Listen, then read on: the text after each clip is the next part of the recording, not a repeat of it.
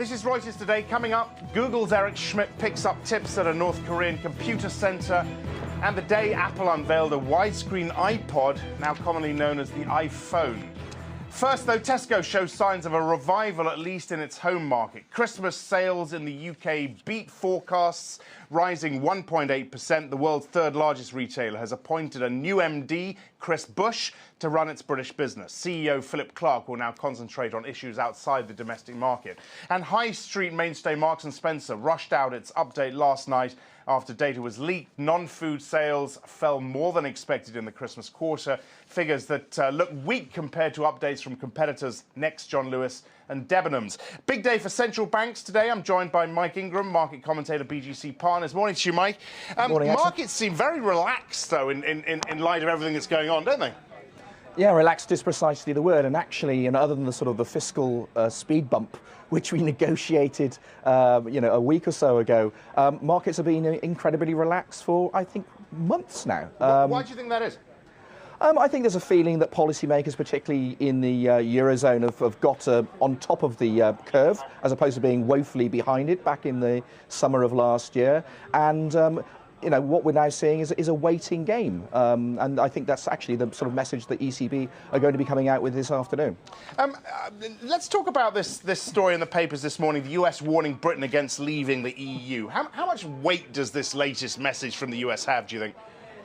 Well, it's a very good question, because last night our sister company Cantor Index actually hosted a debate about whether or not the UK should stay within the EU, with people such as Ming Campbell, who were obviously for us staying in, and people like Nigel Farage, head of UKIP, who want us to come out. I actually looked at that statement, and it was quite interesting, because Obama actually said it was very much in the US interests for the UK to stay within Europe, but he didn't come out and say it was in the UK's interests to stay in. So one gets the feeling that the UK, to a large extent, is the US's man within the EU. I mean, we do have a rather more Atlanticist bent, but I mean, if they're looking for a single point of contact in terms of things like foreign policy, then look at what happened in the Second Iraq War, and more recently, look at what happened within Libya. I mean, we have Baroness Ashton, who's supposedly there to project a unified European Union foreign policy, but my understanding, she's pretty much invisible within Brussels at the moment. All right. And just to finish up, within the context of the ECB, I mean, you mentioned the ECB earlier.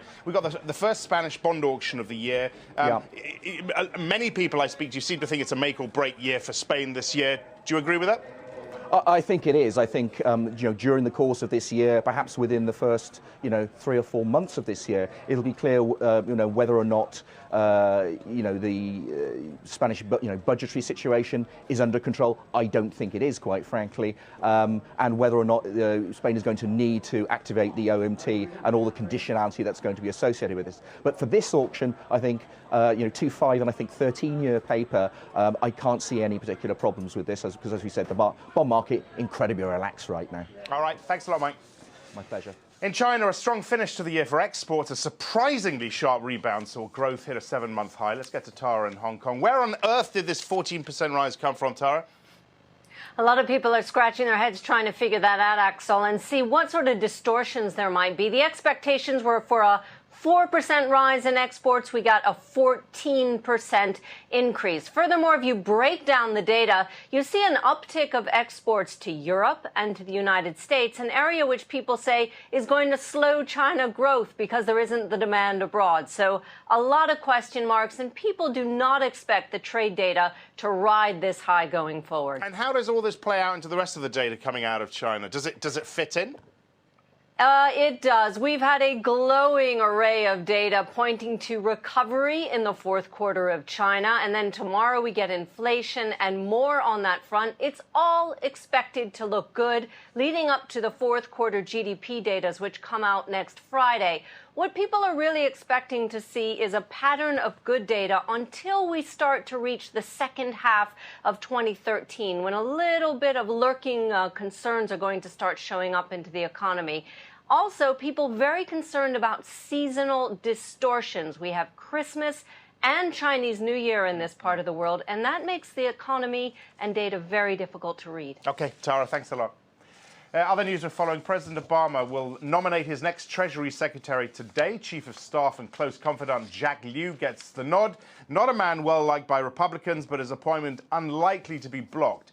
And Google exec Eric Schmidt has been visiting a computer center in Pyongyang as part of his private trip to North Korea with former New Mexico Governor Bill Richardson.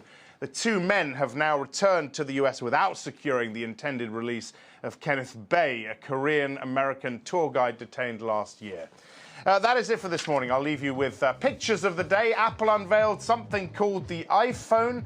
It was 6 years ago that Steve Jobs first showed his new product at the Macworld convention in San Francisco. Apple stock was at $87 that day. By the end of the day, it was at $92. 6 years later, it closed at $517. Google's Eric Schmidt, by the way, appeared on stage that day to congratulate Jobs and spoke of merging the companies into Apple Goo.